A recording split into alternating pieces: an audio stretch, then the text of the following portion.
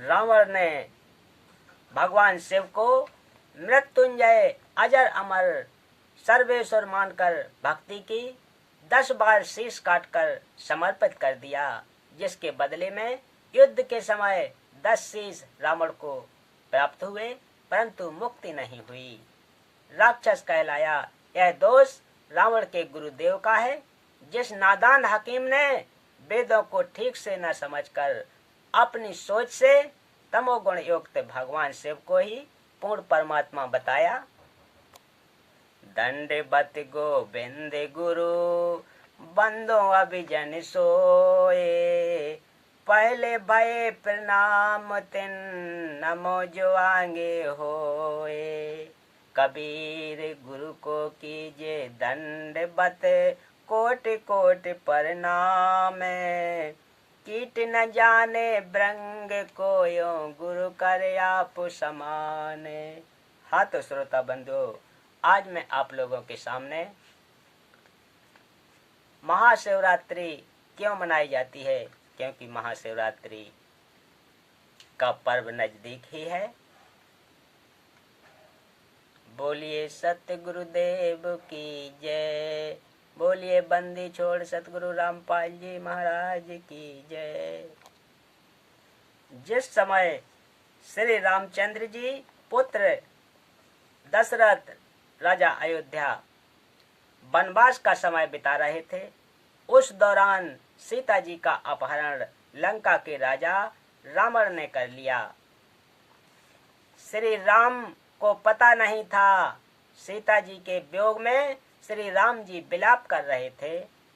आकाश से शिव तथा माता सती ने देखा।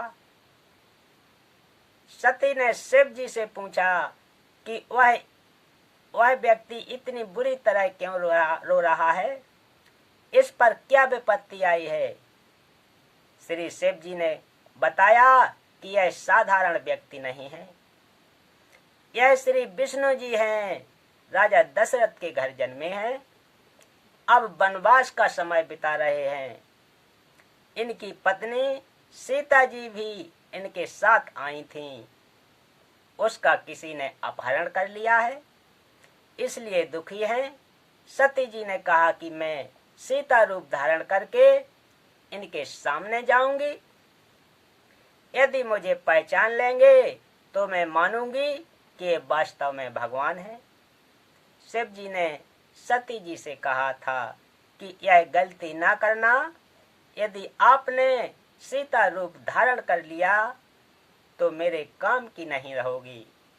सती जी ने उस समय तो कह दिया था कि ठीक है, मैं परीक्षा नहीं लूंगी, परंतु शिव के घर से बाहर जाते ही सीता रूप धारण कर श्री राम के सामने खड़ी हो गई। श्री राम बोले कि हे दक्ष पुत्री माया, आज अकेले कैसे आई? श्री शिव जी को कहाँ छोड़ आई? तब देवी जी लज्जित हुई और बोली कि भगवान शिव सत्य ही कह रहे थे कि आप त्रिलोकीनाथ हैं, आपने मुझे पहचान लिया, मैं परीक्षा लेने आई थी। भगवान शिव को भी पता चल गया कि सती जी ने सीता रूप धारण करके परीक्षा ली है। सती से पूछा कि कर दिया वही काम जिसके लिए मैंने मना किया था? माँ सती ने झूठ ही बोला कि मैंने कोई परीक्षा नहीं ली है, परंतु शिव जी पूर्ण रूप से नाराज हो गए। श्री शिव जी ने सती जी से पति व्यवहार करना बंद कर दिया, पत्नी व्यवहार करना बंद कर दिया तथा बोलचाल भी बंद कर दी। सती जी ने सोचा कि अब यह घर मेरे लिए नरक हो गया है, इसलिए कुछ दिन अपनी माँ के पास चली जाती हूँ। सती जी ने अपने पिता दक्ष के घर मायके में चली गईं। उस दिन दक्ष ने एक हवन यज्ञ का आयोजन किया हुआ था। राजा दक्ष ने अपनी बेटी का सत्कार नहीं किया तथा कहा कि आज क्या लेने आई हो। देख लिया उसका प्रेम, चली जा घर से। पार्वती जी ने अपनी माता से, क्या बात है सर, क्या बात है सर, क्या ये बात है, जी के नाराज होने की कथा बता दी थी। माता ने अपने पति दक्ष को सब बताया था। सती जी को अब न मायके में स्थान था न ससुराल में। प्रेम विवाह ने ऐसी गंभीर स्थिति उत्पन्न कर दी कि दक्ष पुत्री को आत्महत्या के अतिरिक्त कोई विकल्प नहीं दिखा और राजा दक्ष के विशाल हवन कुंड में जलकर मर गईं। धार्मिक अनुष्ठान का नाश किया, अपना अनमोल मानव जीवन खोया, पिता का नाश कराया। क्योंकि जब श्री शिव जी को पता चला तो वे अपनी सेना लेकर पहुंचे और अपने ससुर दक्ष जी की गर्दन काट दी। बाद में बकरे की गर्दन लगाकर जीवित किया। उस प्रेम विवाह ने कैसा घमासान मचाया। शिवसेना को बारात बताकर कुप्रथा को जन्म दिया गया। यह प्रेम विवाह रूपी कुप्रथा का जन्म है जो समाज के नाश का कारण है। माता सती जी की मृत्यु हो गई थी। उस देवी का पुनर्जन्म राजा हिमांचल के घर पर हुआ था। युवा होने पर देवी पार्वती ने नारद के बताने के पश्चात शिव जी को पति बनाने का दृढ़ संकल्प कर लिया और अपनी माता जी के माध्यम से अपनी इच्छा पिता दक्ष को बताई।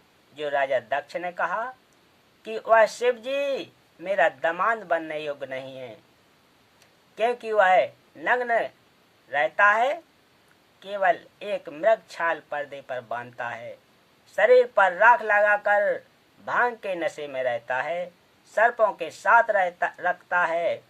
ऐसे व्यक्ति से मैं अपनी बेटी का विवाह करके जगत में हंसी का पात्र नहीं बनूंगा। परंतु देवी पार्वती जी जिद की पक्की थीं। उसने अपनी इच्छा श्री शिव जी के पास भिजवा दी और कहा कि मैं आपसे विवाह करना चाहती हूँ। राजा दक्ष ने पार्वती जी का विवाह किसी अन्य के साथ निश्चित कर रखा था। उसी दिन से शिव जी ने अपने साथ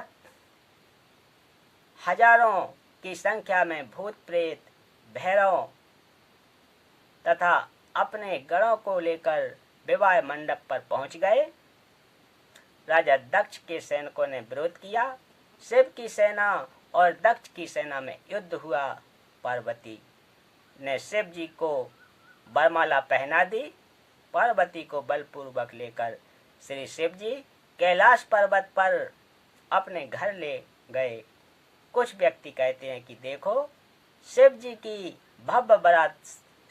भव्य बारात लेकर विवाह करने आए थे, इसलिए बारात की परंपरा पुरातन है, इसलिए बारात बिना विवाह की शोभा नहीं होती। इसका उत्तर यह है कि यह विवाह नहीं, यह तो प्रेम प्रसंग था। श्री शिव जी बारात नहीं सेना लाए थे पार्वती को बलपूर्वक उठाकर ले जाने के लिए। विवाह की परंपरा पुरातन श्री देवी पुराण के 3 स्कंद में है, जो ऊपर बता दी है। बोलो सत्य गुरुदेव की जय। तो भक्तों, इसी प्रेम विवाह के उपलक्ष्य में शिवरात्रि मनाई जाती है। रावण ने भगवान शिव जी को मृत्युंजय अजर अमर सर्वेश्वर मानकर भक्ति की, 10 बार शीश काटकर समर्पित कर दिया, जिसके बदले में युद्ध के समय 10 शीश रावण को प्राप्त हुए, परंतु मुक्ति नहीं हुई, राक्षस कहलाया। यह दोष रावण के गुरुदेव का है, जिस नादान नीम हकीम ने वेदों को ठीक से न समझकर अपनी सोच से तमोगुण युक्त भगवान शिव को ही पूर्ण परमात्मा बताया तथा भोली आत्मा रावण ने झूठे गुरुदेव पर विश्वास करके जीवन व अपने कुल का नाश किया। एक भस्मागिरी नाम का साधक था जिसने शिव जी को ही इष्ट मानकर शीर्षासन ऊपर को पैर नीचे को शीश करके 12 वर्ष तक साधना की।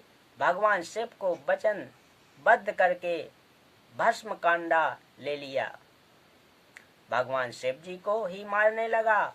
उद्देश्य यह था कि भस्म कंडा प्राप्त करके भगवान शिव जी को मारकर पार्वती जी को पत्नी बनाऊंगा। भगवान श्री शिव जी डर के मारे भाग गए। फिर श्री विष्णु जी ने उस भस्मासुर को गंधस्थ नाच नचाकर उसी भस्म कांडे से भस्म किया। यह शिव जी तमोगुण का साधक राक्षस कहलाया। हिरण्यकश्यपु ने भगवान ब्रह्मा जी रजोगुण की साधना की तथा राक्षस कहलाया। एक समय आज सन 2006 से लगभग 335 वर्ष पूर्व हरिद्वार में हरि की पेड़ियों पर शास्त्र विधि रहित साधना करने वालों के कुंभ पर्व की परवी का संयोग हुआ। वहां पर सर्व त्रिगुण उपासक महात्मा जन स्नानार्थ पहुंचे। गिरिपुरी नाथनागा आदि भगवान श्री शिव जी तमोगुण के उपासक तथा वैष्णव भगवान श्री विष्णु जी सतोगुण के उपासक हैं। प्रथम स्नान करने के कारण नागा तथा वैष्णव साधुओं में घोर युद्ध हो गया। लगभग 25,000 त्रिगुण उपासक मृत्यु को प्राप्त हुए। जो व्यक्ति जरा सी बात पर नरसंहार कत्ले आम कर देता है वह साधु है या राक्षस, स्वयं विचार करें। बोलिए सत्य गुरुदेव की जय। बोलिए बंदी छोड़ सतगुरु रामपाल जी महाराज की।